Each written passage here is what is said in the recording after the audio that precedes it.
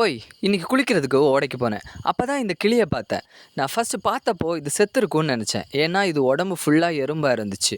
ஆனால் கையில் எடுத்து பார்த்தப்ப தான் உயிரோட இருக்கிறது புரிஞ்சுது. உடனே அதை வீட்டுக்கு எடுத்துட்டு வந்தேன். வீட்டுக்கு எடுத்துட்டு வந்து பார்த்தா அதோட இறகுலையும் அதோட கழுத்துலையும் பெருசாக காயம் பட்டிருந்துச்சு. ஏதோ கிளி கொத்துன மாதிரி இருந்துச்சு. அந்த காயத்துல எல்லாம் கொஞ்சம் எண்ணெய் போட்டோம். ஆனாலும் அது ஆக்டிவ் இல்லாமல் இருந்துச்சு. ஸோ கொஞ்சம் தண்ணி கொடுத்து பார்த்தோம். அப்போ கொஞ்சம் சவுண்டு போட்டுச்சு. ஓகே, இது வந்து ரிக்கவர் ஆகிடும் அப்படின்ற ஒரு நம்பிக்கை வந்துச்சு. அந்த கேப்பில் இது என்ன பறவையாக இருக்கும்னு நாங்கள் சர்ச் பண்ணிட்டே இருந்தோம். வீட்டில் எல்லாரும் சொன்னாங்க இது பருந்தோட குட்டியா இருக்கும் அப்படின்னு. அப்புறம் இதை வளர்த்தா நம்மளோட கோழியெல்லாம் கொன்னுரும்னு சொன்னாங்க. என்னவோ ஆகட்டும், மருந்தெல்லாம் கொடுத்து 2 நாள் வச்சுட்டு ஆக்டிவ் ஆனதுக்கு அப்புறம் அதை பறத்து விடலாம்னு நினைச்சேன். அதை அப்படியே என் கையில் வச்சுட்டு கூகுளில் இதை பற்றி சர்ச் பண்ணிட்டே இருந்தேன்.